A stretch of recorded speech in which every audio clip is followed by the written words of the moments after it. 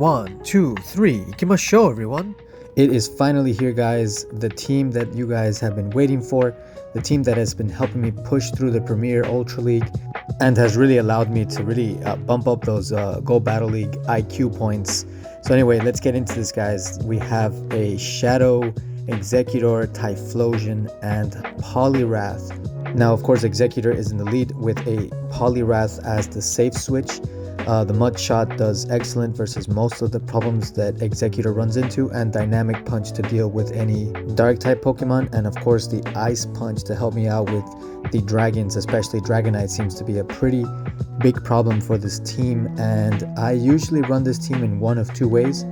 I either make sure I save my shields for Exeggutor or for Typhlosion, because both of them have great coverage versus the meta. And Typhlosion's Solar Beam, as you guys will see, is absolutely amazing. Now, before we get into these battles, please go ahead and like this video, subscribe, and turn on the notification bell. It helps me out a lot. Alright, so let's hop into these battles. First battle, start off with a pretty good lead versus Blaziken.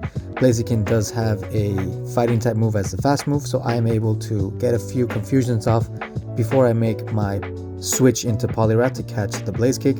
Now they do go ahead and bring in the Venusaur, so I'm going to go ahead and go for these Ice Punches because they do add up and it could potentially force some shields. They won't shield the first, of course, but I'm hoping to get to one more. But they actually decide to throw energy early, so they aren't able to farm up too much energy, which is great here.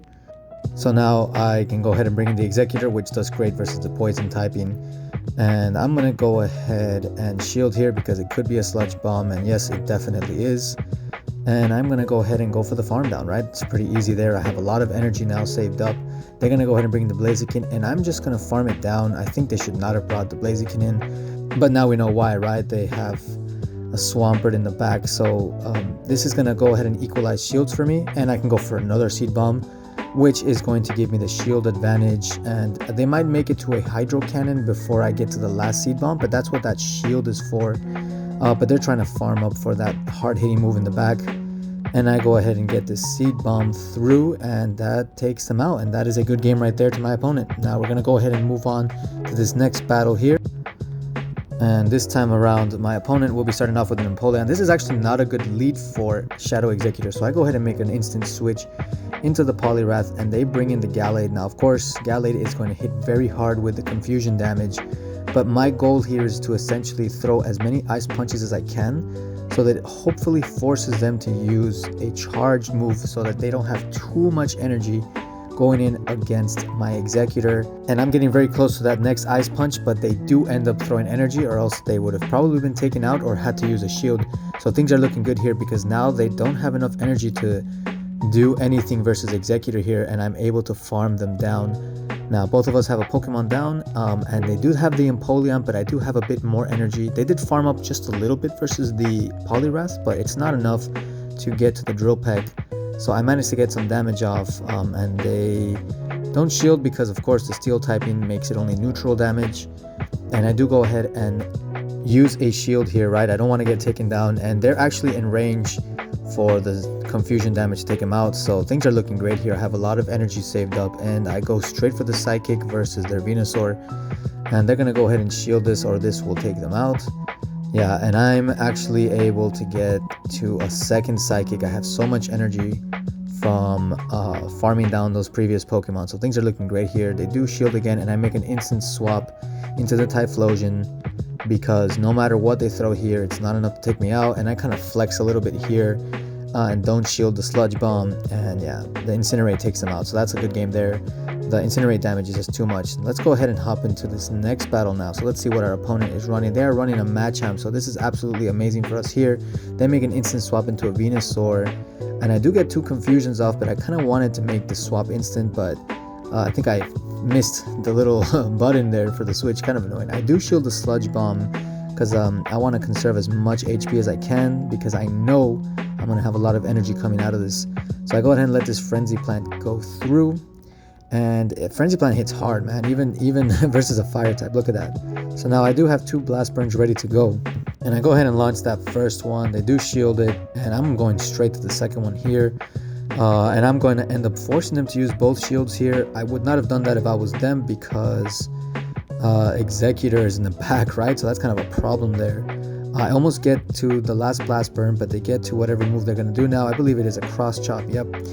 And I bring an Exeggutor, and I still have a shield, so things are looking great. And then this ridiculous thing happens where I can't really click on anything except for away from my Pokemon's moves because Poliwrath's box is in the way. It's so stupid.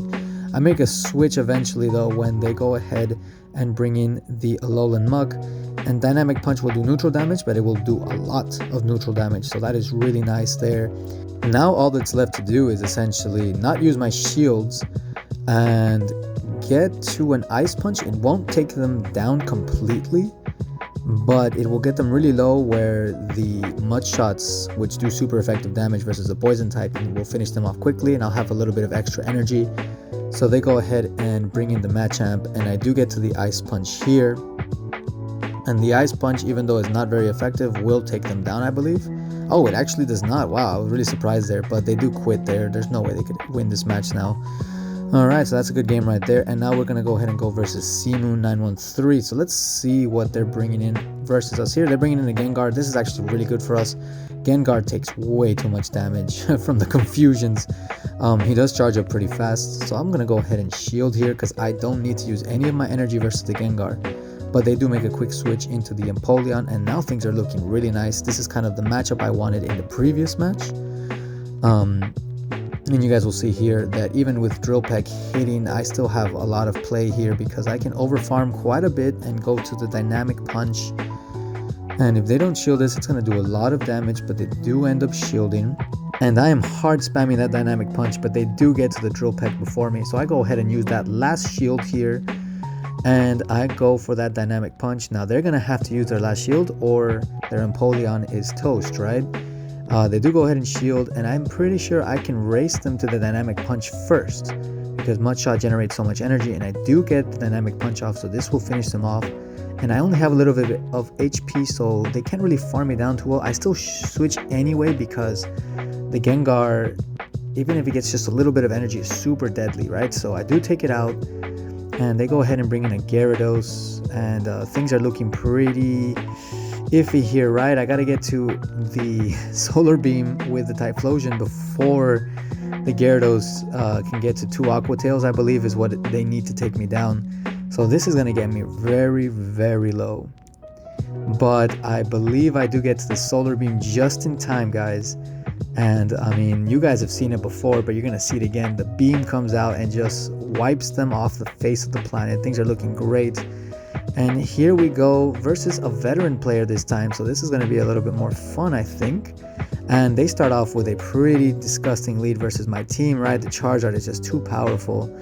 And I go ahead and make the switch into the Poliwrath and go for the Ice Punches. The Ice Punches will just do neutral damage. But hey man, anything they can get that Charizard low is really important. Now they do go ahead and throw some energy here. I'm going to go ahead and call it being a Dragon Claw, but it is a Blast Burn, so it hurts extra bad.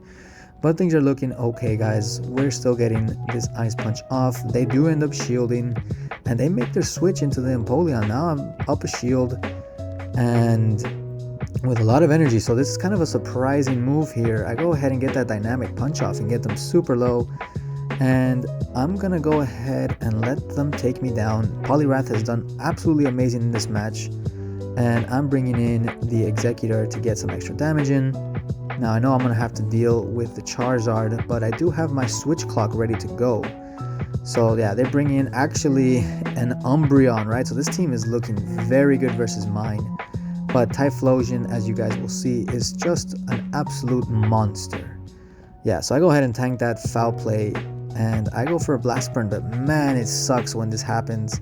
Like, you know that you lose CMP type, but sometimes you just click on it because you just want to get that lucky Blast Burn through, and you know, it kind of hurts a little bit. I'm forced to use a shield. But anyway, let's get back into this. So I go ahead and go for another Blast Burn here. They don't shield the first because, as you've seen before in the Great League and now in the Ultra League, Umbreon is a tanky boy.